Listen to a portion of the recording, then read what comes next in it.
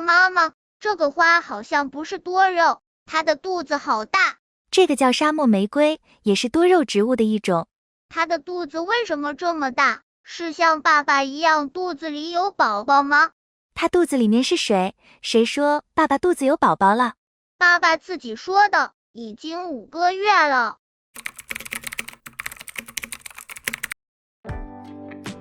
大家好，这里是花花世界的频道，花花干啥啥不行，养多肉第2名。今天介绍一下让沙漠玫瑰一直开花的4种好东西，比如酸酸水能让龟背竹开背叶子油亮，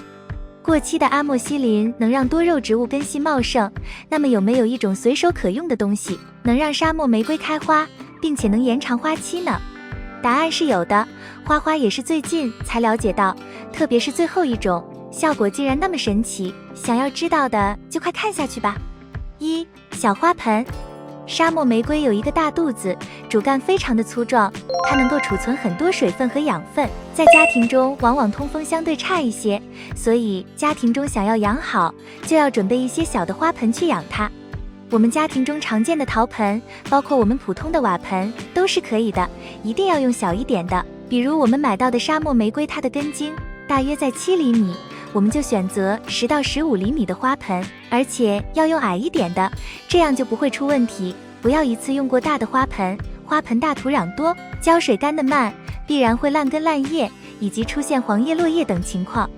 2. 颗粒土。沙漠玫瑰盆栽一定要用好的土壤，我们去买沙漠玫瑰时，如果买带盆的，我们会发现它们都是用煤渣栽种的，因为在大棚里用煤渣栽种浇水以后，透气透水性非常的好，哪怕浇水多点也不容易出现烂的情况，所以在家庭中也建议大家去用颗粒栽种。那么找不到煤渣怎么办呢？我们可以用其他的颗粒代替，比如我们去买点火山石、红彩石都是可以的。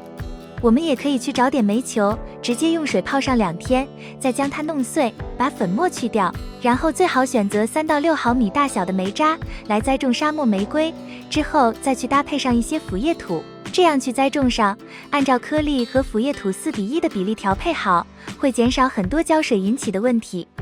3. 花肥。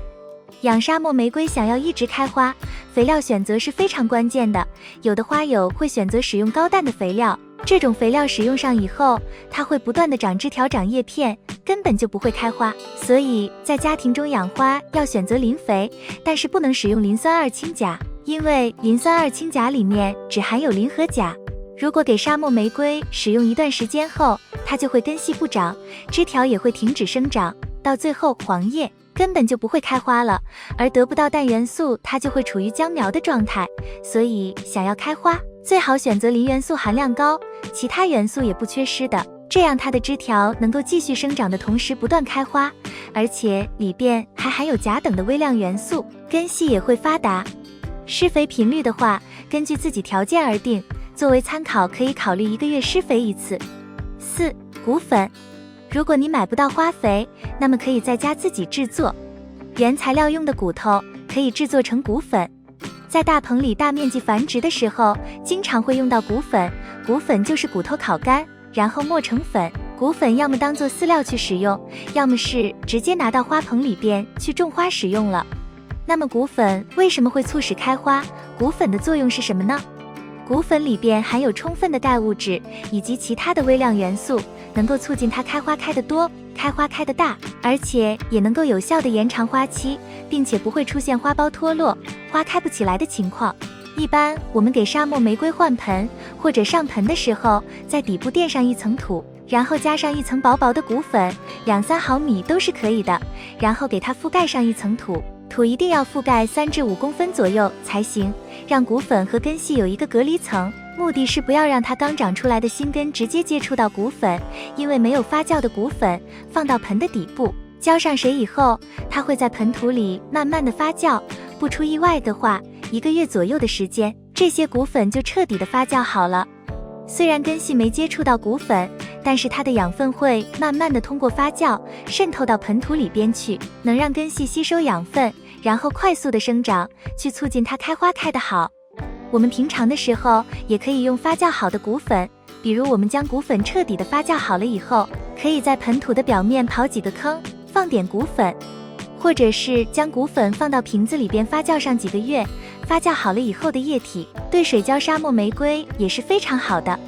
对于骨粉为什么能让沙漠玫瑰开花，原因是因为骨粉富含磷元素、氨基酸，其中磷元素可促进花芽分化与花苞生长，氨基酸可提高花卉的抗病性，增强植株对养分的吸收能力，促进根系生长。